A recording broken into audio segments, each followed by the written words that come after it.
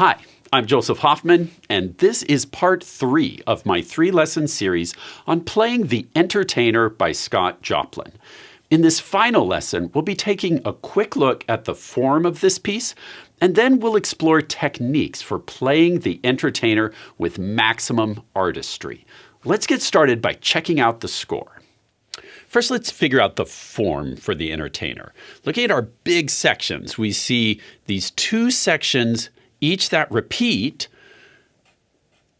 So we have almost very standard binary form, but with one difference. We've got this little introduction that Scott Joplin adds before we get to our standard binary form. So we're just going to write intro here.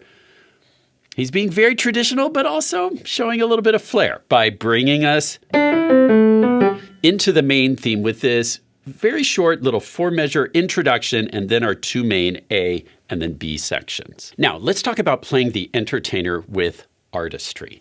One key to being artistic as you play is making sure you don't play all of the notes the same. Articulations is one of the best ways to give variety to your playing. So in your score, be sure you're watching for where it's marked legato and where you see these staccato dots, and really bring those out. Also, you can add extra flair by even putting in little things like, I like to do an accent on this first note, and then this note that's held extra long, and it comes on that and, I'm going to think of that note as a tenuto note. Not as strong as an accent, but I'm going to give it a little bit extra strength. Dee-da-da-da. And then think of a little lean into that, and then make that staccato super sharp and crisp. Accent. So again, not all of these notes are equal. You're going to find some of them to really bring out. I drop on that first note, a little extra emphasis there, and then a really sharp staccato. And then in here, accent, tenuto, and then I like to drop really quiet right here. Again, this isn't marked in the music, but this is what artists do.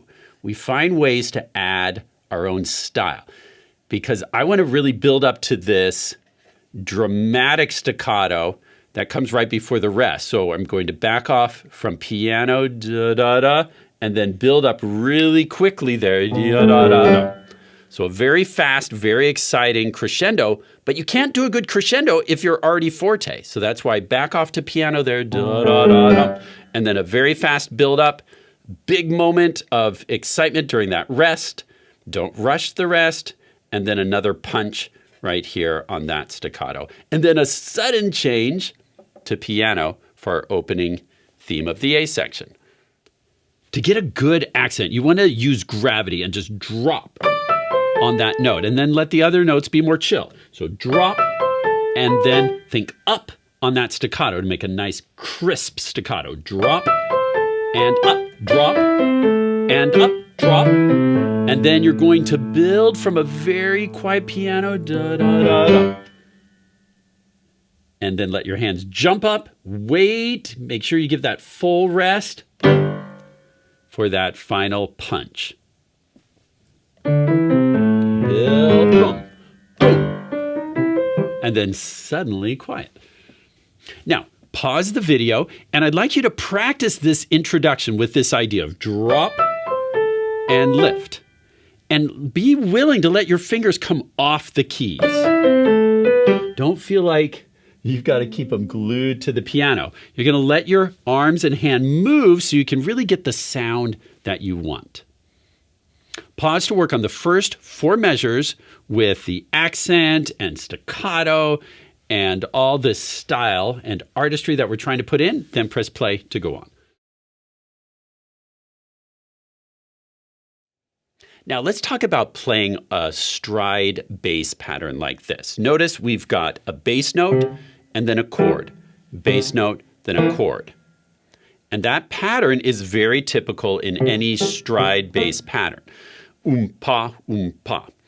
Now the key to make this sound artistic is to, again, not all the notes are equal. We're going to make the a little extra loud and the pa a little extra light and soft. So I like to think maybe mezzo piano, I mean, because this is piano, we don't want this too loud. So, kind of mezzo piano-ish and then pianissimo. A little bit louder here and then extra soft there. I like to think S for strong, W for weak. Strong, weak, strong, weak. That's the pattern for a stride bass. Strong, weak, strong, weak, strong, weak, strong, weak. And that makes for a fun, light, and interesting sound. Strong, weak, strong, weak, strong, weak, strong, weak. Notice how much more interesting that sounds than. See, if I play them all the same, it gets really boring sounding. That's the sound we want. So we've kind of got a strong, weak, strong, weak. So on that weak, just think really light and up. I kind of think down, up, down, up, down, up, down, up. So the down, I'm using a little more gravity. And then on the up, I'm just barely touching the notes, almost like I'm pulling tissue out of a tissue box. Just up, I'm just kind of as light as I can play those notes. Down, up, down, up, down, up, down, up. Now, pause the video and practice this kind of strong, weak pattern for this stride bass. Strong, weak, strong, weak, strong, weak, strong, weak, weak. Notice 2 weeks in a row there in measure 8. Pause to work on that and then press play to go on. I also wanted to mention an opportunity to use the wrist rotation technique here in measure 5. Whenever you have notes back and forth like that, it's good to use your wrist to, again, help. You want gravity to do the work for you. And just by rocking back and forth, you're letting gravity drop each finger into each note as it plays. Take your hand and just pretend like you're jiggling the handle of a door. And that's kind of the motion you're going for. Keep your hand and fingers relaxed, but firm enough that they can actually play the keys. And try that motion. Go. Good. One other artistic element that will make your playing sound so polished and professional is the concept of voicing. Voicing is where you bring out the melody and keep the accompaniment nice and soft. So if you see a piano dynamic, usually what I'm going to do with that is I'm going to actually make the melody mezzo piano. Let me write an MP above the melody here. And I'm going to make the accompaniment pianissimo, one step below the dynamic given. And together, those will about average, or if you mix them together, it brings it to about a piano, which is what the composer has asked for. But this will allow the melody to sing out and the accompaniment to stay in the background just as decoration like it's supposed to be. Notice the difference between where they're equal or. And then when we get to forte, we could do a similar thing. Now our melody is probably going to be more like fortissimo, and the accompaniment might be mezzo forte, one notch below what we see. Always letting the melody have the spotlight by keeping the accompaniment down a couple of notches. The best way I know to master voicing is what I call ghost playing. And it's where you're going to play the right hand, or whichever hand is the melody. In this case, that's the right hand. Going to play the melody hand fortissimo, and the accompaniment hand is going to just touch the keys and pretend like you're a ghost and you can't actually play, but you're going to touch the keys. See, I'm actually touching the keys I'm supposed to play, but without playing them. You do that once, and then step 2 is you do it again, fortissimo in the melody hand, and then just barely play pianissimo in the other hand.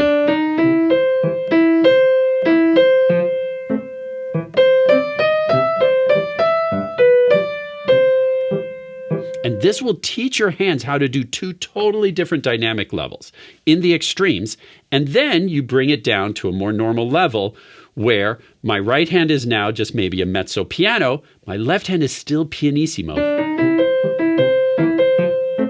Notice how much better that sounds then. See, if my left hand is as loud as my right hand, it doesn't sound as good. Let the left hand just be that little spice, that little bit of decoration. You don't need a lot of spice to make something delicious.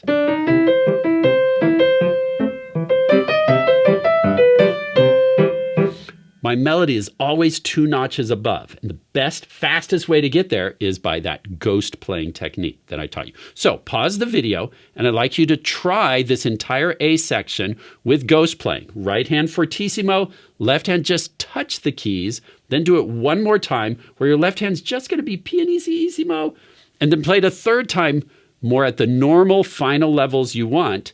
Pause to work on voicing, and then press play when you're ready to go on.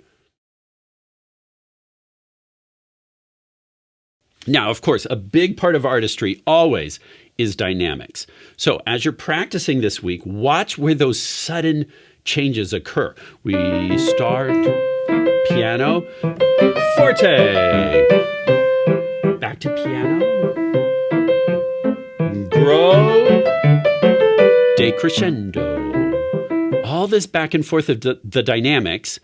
Piano to forte with some very quick crescendos and decrescendos.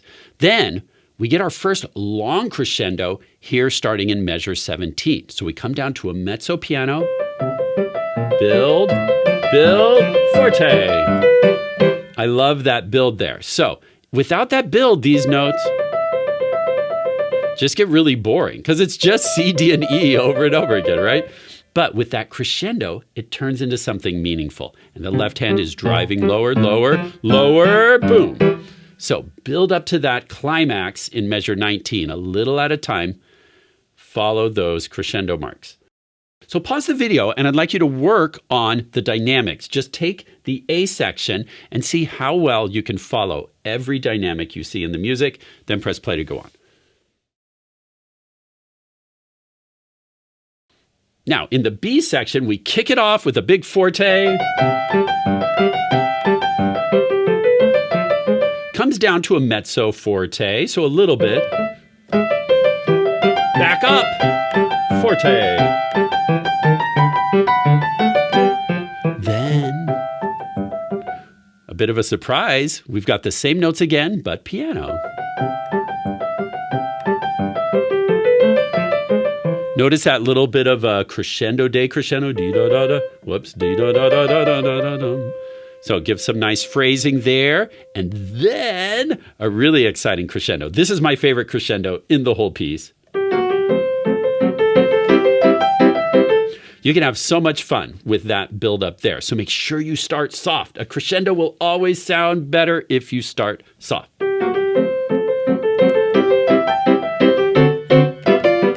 And then really dig into those accents, drop on those keys.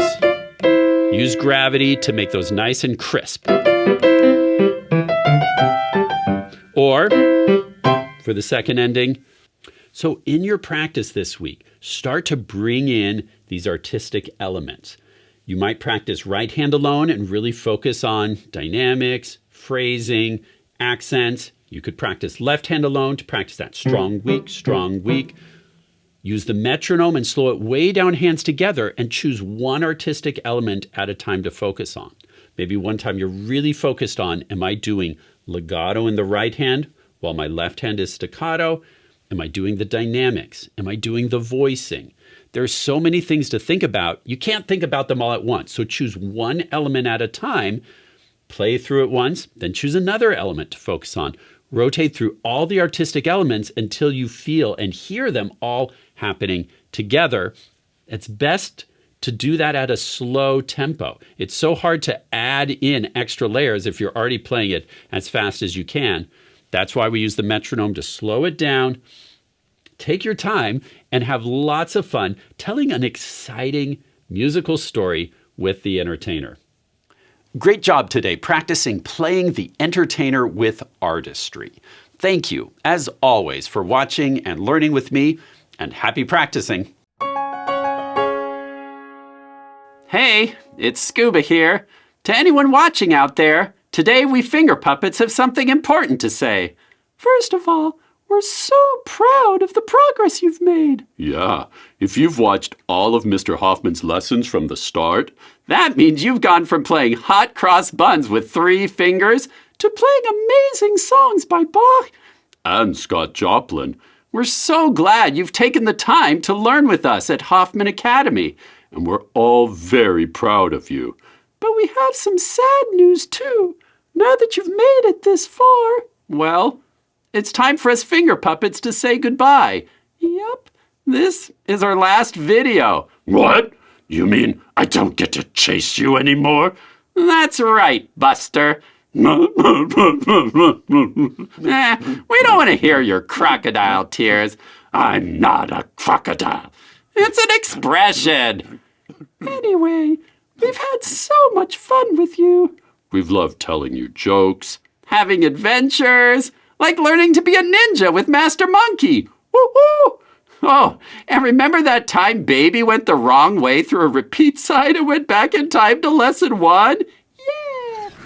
Not that way, Baby! Wait, Baby! Or poetry time with Scuba? Yeah.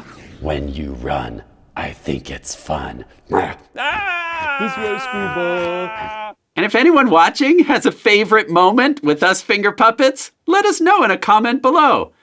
To everyone out there, we hope you keep practicing hard to develop your talent. And share your music with the people you love. And remember to have fun. That's right. As Mr. Hoffman likes to say, happy practicing. Wait, please, can I chase you just one last time? Please, please, please, please.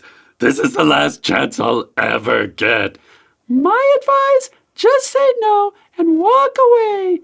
Well, pretty please, with cream and sugar on top. I guess just one more time wouldn't hurt anyone. Really? Just this last time. But, what's our lead-in gonna be? Huh?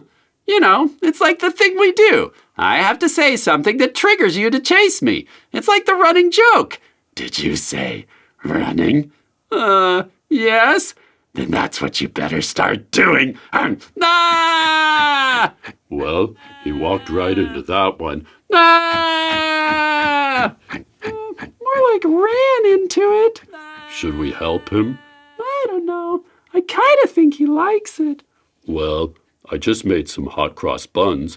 Want to share some with me? You bet. You come too, monkey. Woohoo! Ah! Woohoo! Yeah, we'll save some for Scuba. You're a good friend, monkey, you know. Woohoo! And just remember, if you practice piano as much as Scuba practices running, you'll become a true master.